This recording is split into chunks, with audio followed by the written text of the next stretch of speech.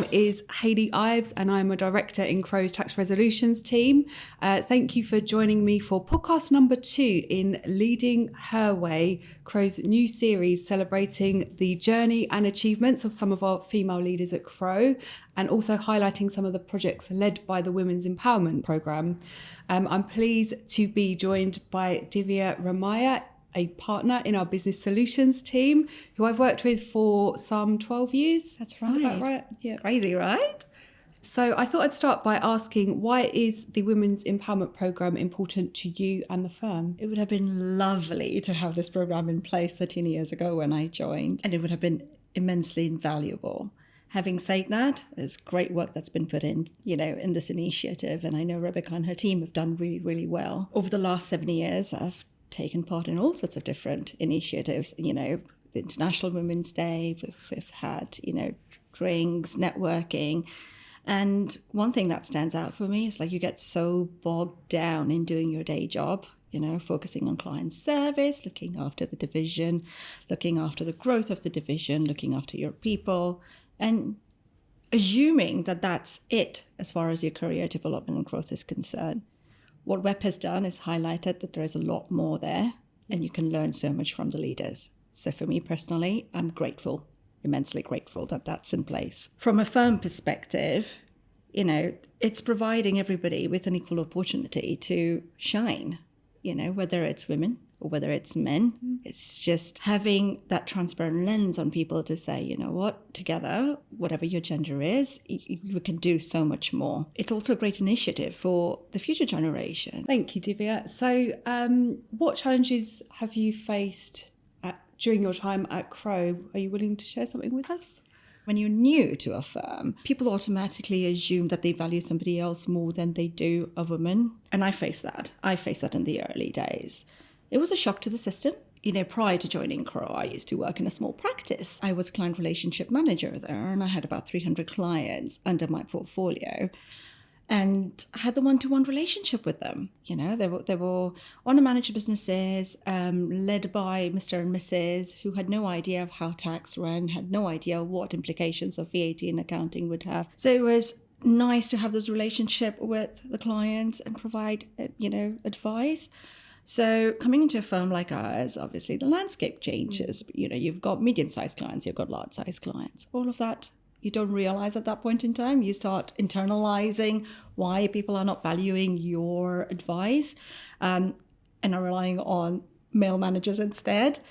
But it takes years of experience and also programs like that to make you realize, no, it's not on you. It is just the landscape. Yeah, I agree. How has the WEP network supported your career since you've been involved? To me, personally, relationships.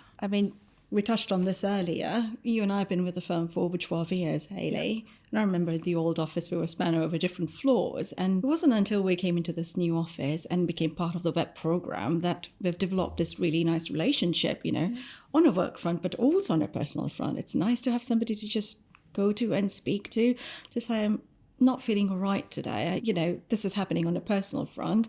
It's having a knock-on effect on work. And just air that out. It's really refreshing. But at the same time, it's the programs that, the WEP network provide in upskilling you, providing you with one-to-one sessions where you can learn about holding courageous conversations, but also all the different initiatives that are out there, like Women in Boards. It's interesting to see that there are role models out there and you could become like that.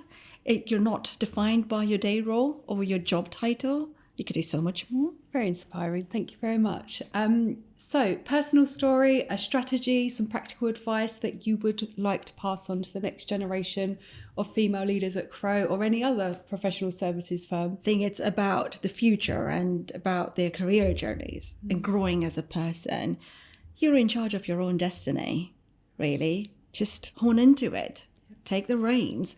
And if you feel that there are nuggets missing and you feel that you're lost, just go and speak to somebody. Have a vision, work towards your vision and own it. You're in charge of your own destiny. Nobody else is going to do it for you. Yeah, that was a common theme that seemed to come out of some of the groups that we had, is that, you have this mentality sometimes that you work hard, people will notice, they'll come and tap you on the shoulder and say, hey, do you want to be a leader of the firm? And actually there is a lot of, you have to stick your hand up and say, what is my progression looking like? Exactly. You have to own it for yourself. I completely agree. So I want to finish on a question from Talitha, your colleague from the last episode. She asked, in her early career, she saw the hours that the partners worked and notices that work practices have changed in the last 25 years. So do you believe it's possible to have a good work-life balance as a partner? I definitely believe in it. I wouldn't have signed up to become a partner if that wasn't the case. Work practices may have changed, but a role of a partner pretty much remains. You're still asked to do business development. You have to go and win work. You need to have those relationships. You need to have the stakeholders, support people through their careers, make sure that they are on the right training courses. That won't change. But the faith that you need to have, and I do, is I'm surrounded by an amazing team. And I know that if I do choose to take a day off, or I have got to do a school run, or I have to be at school for something important, or look after a carer, I'm supported by an amazing team of managers, trainees. On the work side, equally on the personal side, it's important to have somebody who understands that you also have a challenging work environment and you're on a paid role. There are responsibilities, but having that honest relationship at home and clear communications also within the team takes you a long way. So you're saying it's possible with the right support Definitely. networks. Do you have a question for the next guest for the next show? I do, actually. It's on the agile working policy side of things, just trying to understand what's out there at the moment and how people are feeling. We've all gone through a lot of change. Pre-pandemic, we were in the office 5 days a week. Yeah, without thinking about it. Without thinking about it. And we were like, how are we going to work from home 5 days a week? I'm just interested in knowing what's happening in individual teams. How is it also affecting client service? So yeah, just intrigued. Okay, thank you very much. We'll make sure we pass that along to the next guest. I think that's it for today. We're out of time. Thank you, Diviya, for joining me today, and thank you to our viewers for listening. We hope you can join us next time for the next interview in our new series, Leading Her Way. Thank you for having me.